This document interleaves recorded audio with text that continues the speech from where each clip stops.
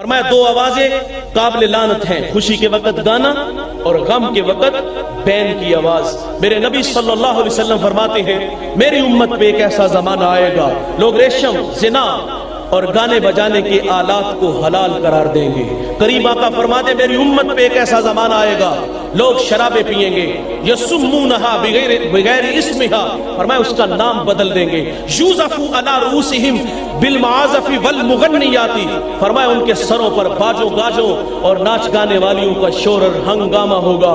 یخسف اللہ بہم الارض، فرمایا اللہ انہیں زمین میں دنسا دے گا۔ ویجعل منہم القردۃ والخنازیر، اللہ بعض کو خنزیر اور بندر بنا دے گا۔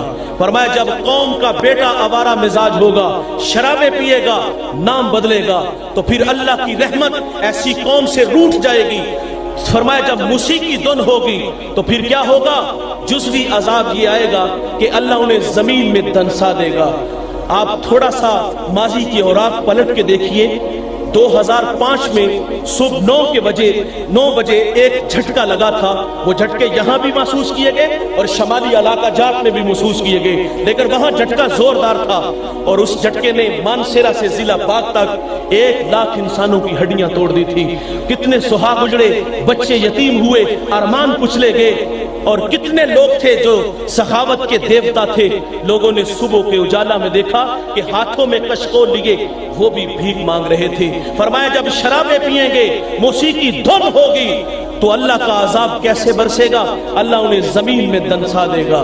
اچھا جب یہ زلزلہ آیا تھا نا، جھٹکا لگا تھا، تو خیال یہ تھا کہ صبح مسجدیں جو ہے وہ بھر جائیں گی، پیشانیوں میں سجدوں کا نور آئے گا، آنکھوں پر حیا کے پہرے بیٹھیں گے، کانوں میں قرآن کے نغمے آئیں گے، لیکن صبح ہوئی تو مسجد میں وہی 1.5 صف نظر آئی۔ اور پھر ہم نے چوکوں پہ، چائے کے کھوکھے پر اور جگہ جگہ پہ یہ تبصرے سنے۔ ہم لوگوں نے کہا وہ بڑے بدکار لوگ تھے، پہاڑوں میں رہنے والے لوگوں کے اخلاق اچھے نہیں تھے، وہ فساد کے کھوکھلے دانے پہ کھڑے تھے، وہ چلتے اکڑ اکڑ کے، بولتے بگڑ بگڑ کے، مستی ہی مستی، نشہ ہی نشہ ان کا تیور تھا۔ اللہ کا منادی 5 وقت حی علی الصلاۃ کی صدائیں دیتا تھا، ان کے کان پہ جوں تک نہیں رینگتی تھی، واعظ نصیحت کرتا تھا، وہ غفلت کی پٹی نہیں اتارتے تھے۔ اللہ ناراض ہوا اور انہیں کھینچ کے زمین میں لے گیا۔ ان کے رویوں کی وجہ سے میں نے یہ بات جگہ جگہ پہ کی، پورے پاکستان میں آنا جانا ہوتا ہے، میں نے جگہ جگہ یہ بات کی، میں نے پنجاب کے لوگوں سے بھی کہا مانا کہ پہاڑوں میں رہنے والے لوگ بڑے بدکار تھے، سیاکار تھے، بند کمروں میں آبرو ریزیاں کرتے تھے اور ان کے اخلاق کھوکھلے تھے۔